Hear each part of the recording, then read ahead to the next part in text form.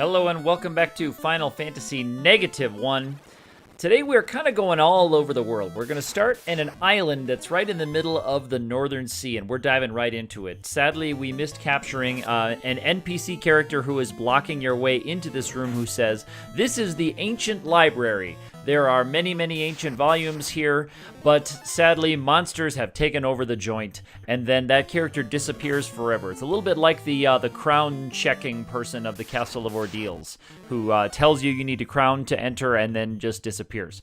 So, we are in the ancient library. This is really one floor here with just 4 areas. The north, west, and east areas of this library really go into nothing, so we just are going down here to the south to open this door, and there is our buddy, the vampire, the old vampire sprite from the Earth Cave. So we are going to take on a battle with the vampire. Hooray! I'm going to heal back up from a little bit of damage I took. Vampire says, "This is my library now," and he has this similar sprite palette as the Whiz Vamps from the vanilla version of this game. So that tells me that this is not going to be your grandmother's vampire battle. So we're going to start with Haste 2 on our offensive characters. This is a pretty offensive balanced party, so you can see nice damage, 824 damage from the Paladin, and then not so much from the Ninja, and then 4 hits for 4 damage from my Viking. So I'm guessing that it is the kind of Night Sword that he has, maybe has a type boost. So just watching that, I'm noticing these type boosts because they're, again, 6 hits for over 700. Ninja, 8 hits for 159 with the critical. Not too impressive. So I'm guessing that there's a type boost right there with that vampire. I think I might have the fire sword, so I'm guessing that is the difference there. So we're just going to do, we did Saber on that sword. That's going to increase your damage.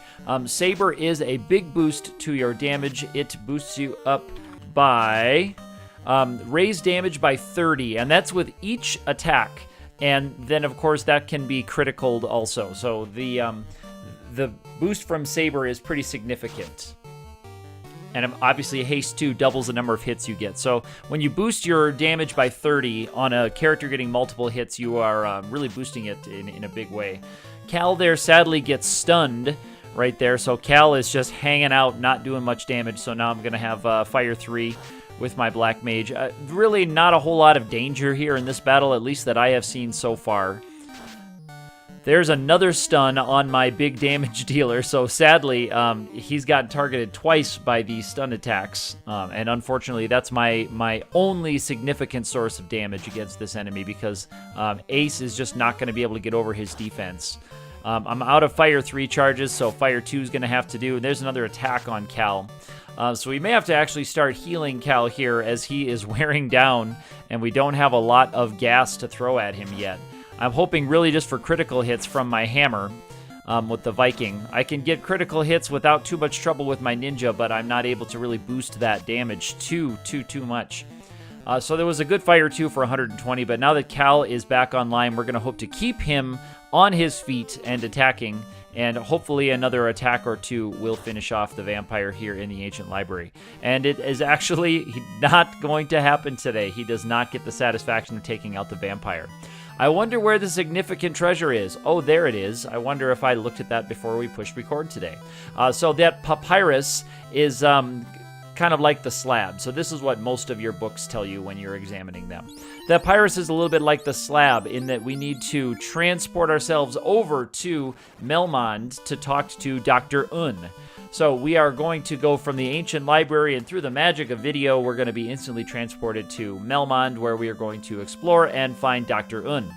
This is very, very boilerplate stuff if you've played the vanilla version of the game. This papyrus has the rest of the information I need to translate the language of Lefien. Here, let me teach you. So in the vanilla version of the game, it's called the Slab, and it is in Kraken's dungeon. So it's on the upper floor of Kraken's dungeon. Remember, you enter on B3, and you can go up or down from the main entrance. So now we're actually going to travel over to Lefien, and here we are in Lefien through the magic of video one more time. We're going to explore Lefien right here. So normally you can't talk to these people if you visit the village. Once you've talked to Dr. Un and gotten the translation, suddenly you can speak their language fluently.